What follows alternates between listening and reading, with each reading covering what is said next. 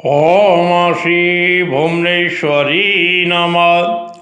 ओम श्री भुवनेश्वरी नमः।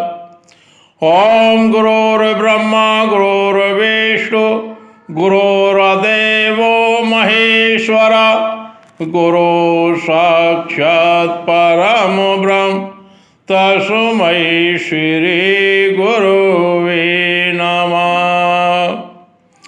ओम श्री महासरस्वती श्री महागायत्री श्री महालक्ष्मी श्री महाकालिका नमः। ओम श्री महावैष्णो नमः। ओम श्री महावैष्णो नमः।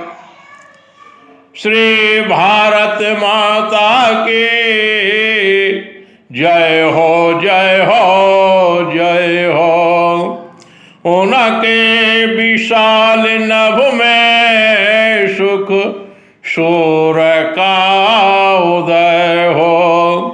वंदे मातरम वंदे मातरम।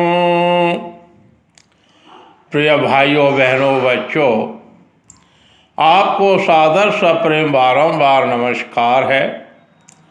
आपके समक्ष एक महत्वपूर्ण प्रसंग प्रस्तुत किया जा रहा है।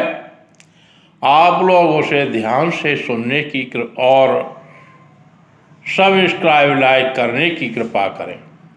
कृपया ध्यान दें।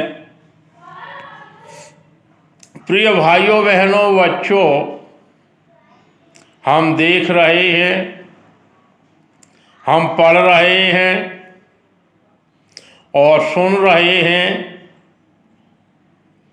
कि तनबल, धनबल और सत्ता बल का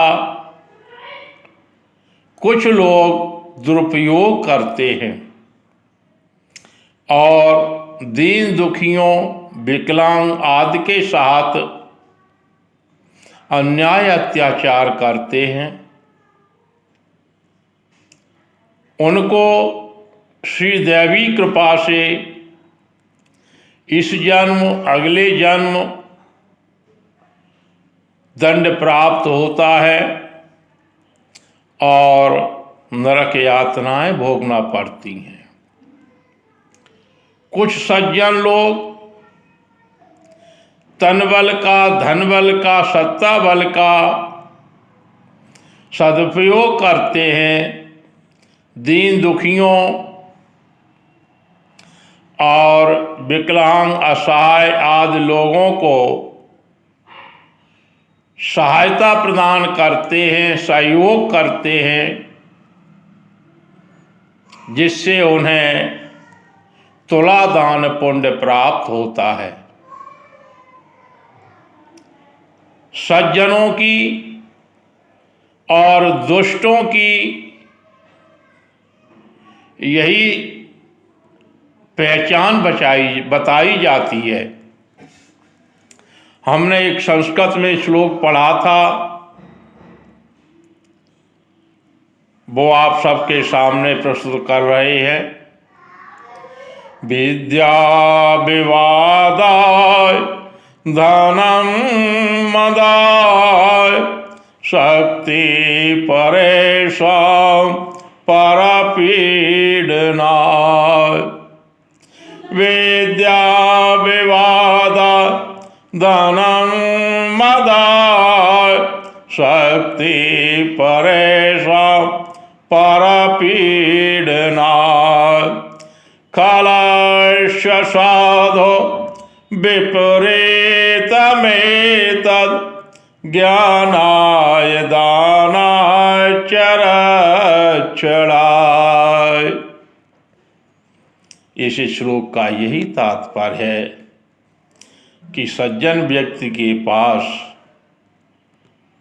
यदि धन होगा वो तो दान पुण्य करेगा, और शरीर से हृष्ट पुष्ट होगा तो दूसरों की रक्षा करेगा, सहायता करेगा, और विद्या धन अधिक होगा, ज्ञान उसके पास होगा तो दूसरों को प्रदान करेगा।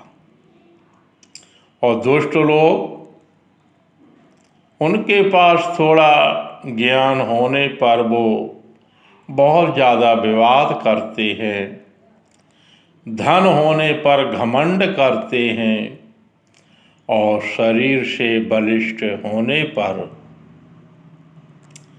दूसरों के साथ अन्याय अत्याचार करते हैं, मारपीट करते हैं और क्या क्या करते हैं कुछ कह नहीं सकते।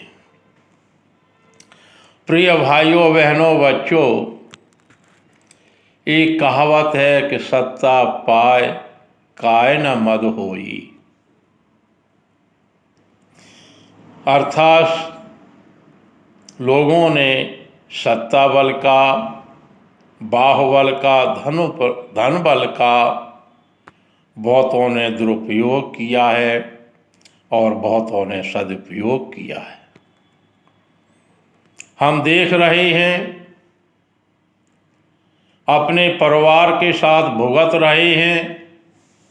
जब से याद संभाली है कि श्री प्रेत यौन, भूत यौन वाले भगवान कहें, देवी देवता कहें, वो भी बहुत निर्दोष लोगों के साथ अन्याय अत्याचार करते हैं, उन्हें तरह तरह से सताते हैं।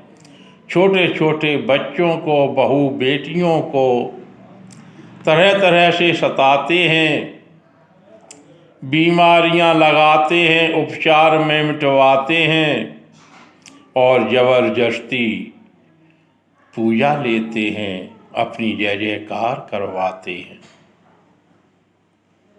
जिसमें परम पूजनीय श्री महादेव जी की कंपनी प्रमुख रूप से है। हमने एक और धारावाहिक में देखा कि पूजनीय श्री देवताओं के द्वारा प्रहलाद की माँ श्री कयाधु का अपहरण कर लिया गया। उस समय प्रहलाद गर्भावस्था में थे, उनकी माँ गर्भ से थी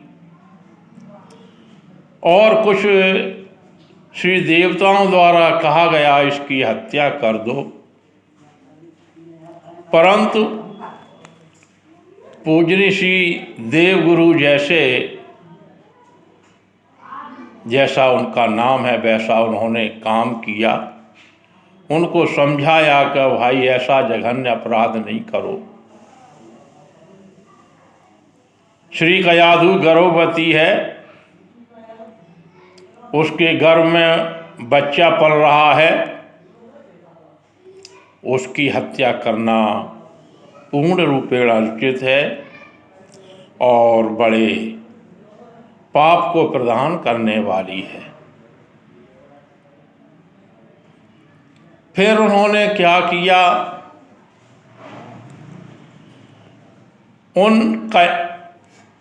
श्री कयाधु को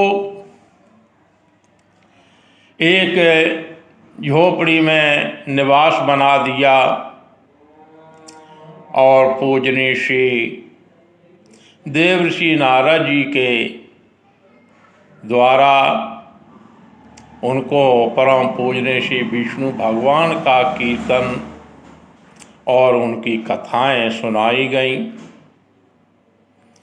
लक्ष्मी नारायण नारायण नारायण श्रीमन नारायण नारायण नारायण भजमन नारायण नारायण नारायण श्रीमन नारायण नारायण नारायण लक्ष्मी नारायण नारायण नारायण।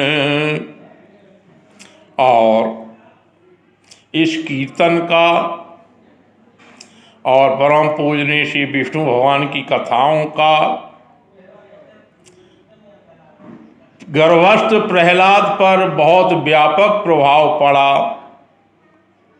और वे बचपन से परम पूजनीय श्री विष्णु भगवान का भजन कीर्तन करने लगे। उनकी ओर अधिक लगाव था, जबकि उनके पिताजी श्री हिरण्याकश्यप महाराज परम पूजनीय भगवान श्री ब्रह्मा जी के भक्त थे और जिनकी कृपा से त्रिलोकी का राज प्राप्त किया था। और उनके राज्य में हमने ऐसा सुना है, पढ़ा है, लिखा है कि श्री रामचंद्र जी महाराज के राज्य से अच्छी व्यवस्था थी। 12 महीना पर्याप्त वर्षा होती थी और गाय भैंस दूध वाले पशु बिना ब्याए दूध देते रहते थे 12 महीने, और किसी प्रकार की दैविक भौतिक परेशानियां नहीं थी। फिर भी श्री देवताओं को उनका राज अच्छा नहीं लगा और ये इनके प्रकारेण षड्यंत्र हुए। जो कुछ भी हुए, श्री कालचक्र के अनुसार श्री हिरण्याकश्यप महाराज का परम पूजनीय श्री नरसिंह भगवान द्वारा वध किया गया और श्री प्रहलाद जी को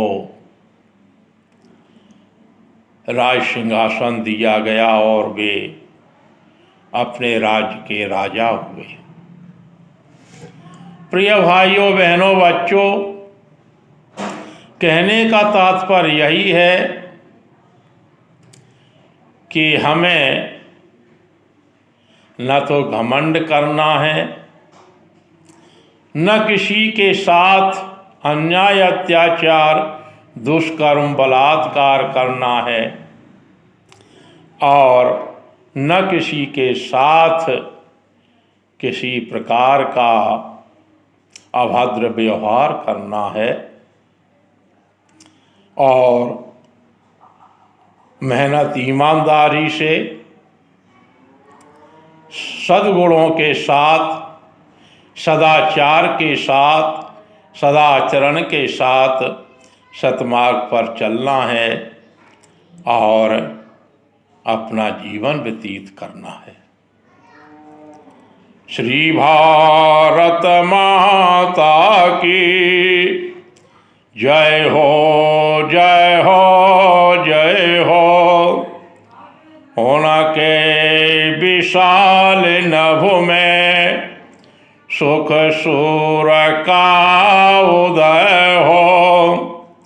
वंदे मातरम, वंदे मातरम। ओम शांति, ओम शांति, ओम शांति।